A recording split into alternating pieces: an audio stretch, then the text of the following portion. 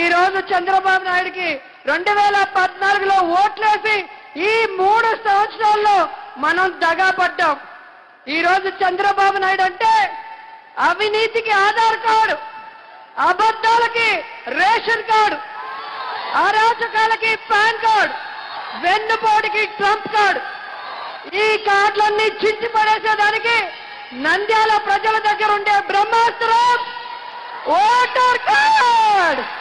ఆ ఓటర్ కార్డుతో ఎవడు కొడితే చంద్రబాబు నాయుడికి దిమ్మ తిరిగి బొమ్మ పడుతుందో వాడే నంద్యాల ఓటర్ అనే విధంగా తెలుగుదేశం పార్టీకి బుద్ధి చెప్పాలని కోరుకుంటూ, నంద్యాల దెబ్బ చంద్రబాబు నాయుడికి అబ్బారేలాగా ఉండాలని చెప్తున్నాను. ఈ రోజు నేను తెలుగుదేశం పార్టీ వాళ్ళని అడుగుతున్నాను, చంద్రబాబు నాయుడికి ఎందుకు ఓట్లు వేయాలి? ఈ రోజు చంద్రబాబు నాయుడికి ఓటేస్తే అవినీతికి ఓటేసినట్టు.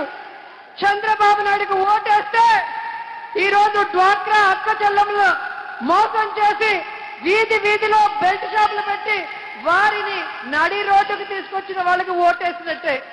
ఈ రోజు చంద్రబాబు నాయుడికి ఓటేస్తే విశాఖలో భూ కుంభకోణానికి ఓటేసినట్టే. ఈ రోజు చంద్రబాబు నాయుడికి ఓటేస్తే రాజధాని రైతులకి వ్యతిరేకంగా మీరు ఓటేసినట్టే. ఈ రోజు కనుక మీరు చంద్రబాబు నాయుడు గారికి ఓటేస్తే ఇక ఈ రాష్ట్రంలో అభివృద్ధి అనేది జరగదు.